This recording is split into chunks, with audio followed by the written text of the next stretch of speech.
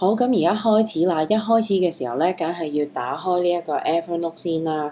咁我而家咧就係用緊 iPhone 6 Plus 嘅版本嚟嘅。咁如果大家咧係用其他版本，例如Android 啦、iPad 或者電腦咧，咁其實功能上咧同我嘅都差唔多嘅啫。但係如果大家有唔知道咧，都可以問翻我啦。又或者其實可以睇我其他嘅 video 咧，都會有錄低唔同嘅版本有啲乜嘢嘅唔同嘅。咁因為今次係特別版啦，所以我就淨係專注去講究竟當和尚遇到鑽石讀書會嘅堂有啲咩特別要做啦。咁其他功能上咧我就唔詳細講解啦。咁咧一入到嚟嘅時候咧，大家就可以去揾翻呢個專為咗我哋呢個讀書會而設嘅 template 啦。咁 template 嘅意思咧，就即係一個模板，係長期都可以開翻嚟用嘅。咁就變咗唔使每一次都要特別整啦。咁我自己嘅 shortcut 咧，全部都係用呢啲template 嚟做嘅。咁如果大家想自己可以整到一個 template 咧，其實都好簡單嘅啫。當你撳咗入去之後，咁咧我而家有一個寫住 remove from shortcuts 嘅。咁其實嗰粒星星咧，你如果平時冇嘅話咧，你打咗做 add to shortcuts 咧，佢就會去咗個 template 嗰度㗎啦。咁咧template 咧就千祈唔好直接喺上面用喎。咁咧可以用呢一個右下角，跟住撳翻呢一個複製 duplicate 嘅 function。咁咧你就可以整到一個一模一樣嘅。咁佢個 title 咧就會寫住 copy 啦。咁我專登寫咗其實每一次個 title 想點樣打㗎啦，就係課程題目啦、課堂同日期啦。咁 Evernote 好好嘅，你曾經打過嘅題目咧，其實佢都會有記錄㗎啦。咁所以咧，你一打咗咧，佢就會可以出翻嚟咁樣啦。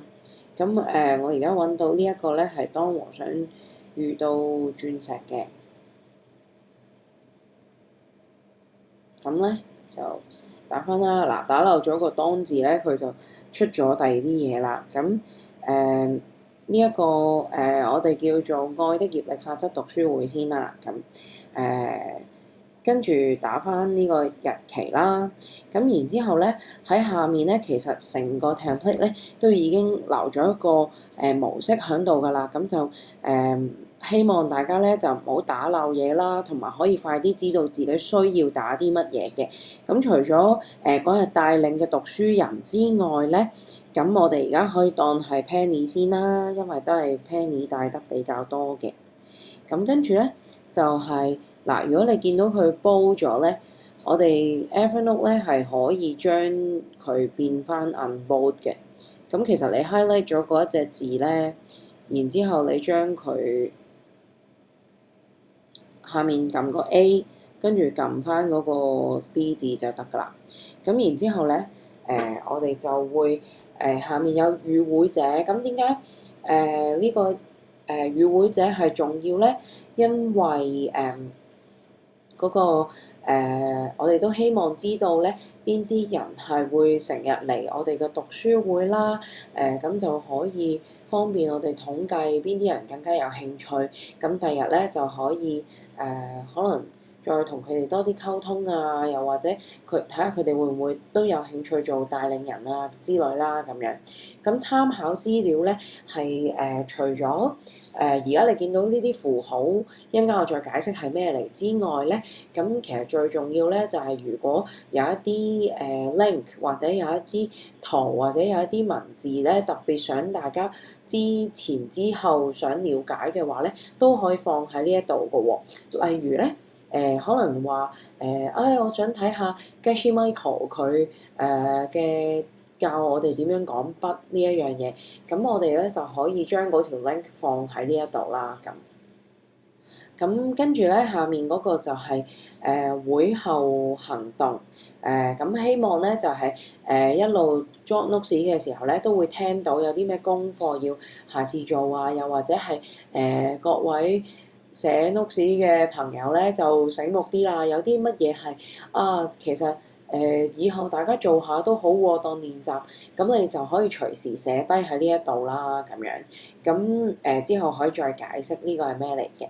咁會議記錄咧就梗係當日嘅寫咗啲乜嘢啦，咁跟住咧就係個人想法咧，就係將呢一個 notes send 咗出去俾大家之後，如果大家有任何 feedback 咧，其實寫 notes 嘅人咧都係有責任咧，將大家嘅 feedback 盡量都記錄翻喺呢一度下面嘅。咁我哋成個課程咧，即係每一個禮拜一堂嘅讀書會咧，都希望真係之前之後嘅嘢咧，都會可以喺嗰個notes 嗰度可以睇得翻啦。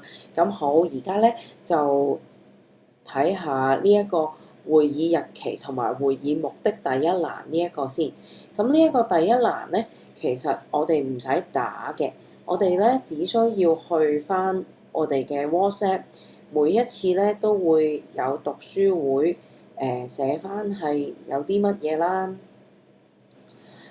寫翻嗰一日有邊啲人去啊，同埋係咩嚟啦，咁只要揾翻跟住 copy。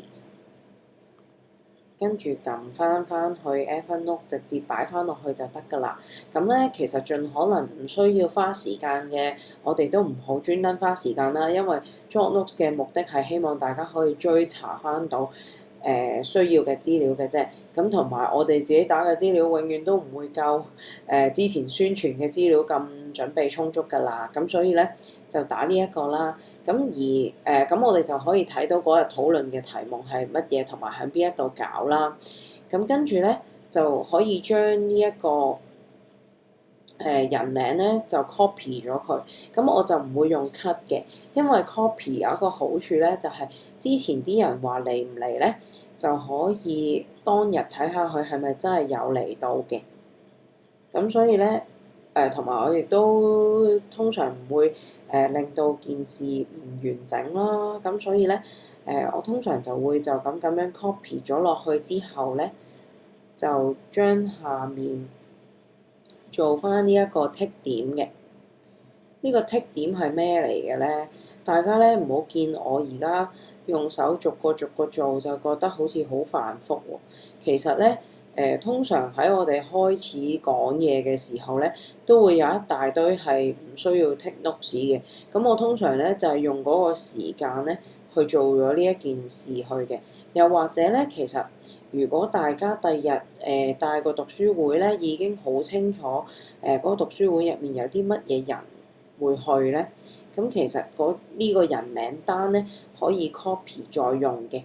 咁整翻一個新嘅 template 出嚟，專係為咗嗰一日嘅讀書會啦。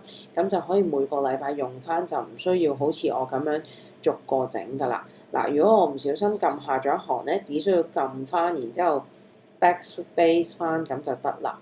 咁咧就例如邊個到咗咧，咁大家就可以剔佢啦。咁大家發現咧，我剔咗幾下之後咧，佢就會跳咗落去嘅喎。咁其實係冇問題嘅。咁可以照上去剔啦，佢每3個就會跳落去㗎啦。咁好啦，剔到咁上下咧，發現有啲人冇嚟到喎，又或者係即係佢遲嚟喎。咁遲嚟咧就可以喺佢個名隔離嗰度寫咗 late 啦。咁其實呢一個係我做示範嘅啫，唔係佢真係 late 嘅。咁如果佢有嚟到，都係照剔翻啦。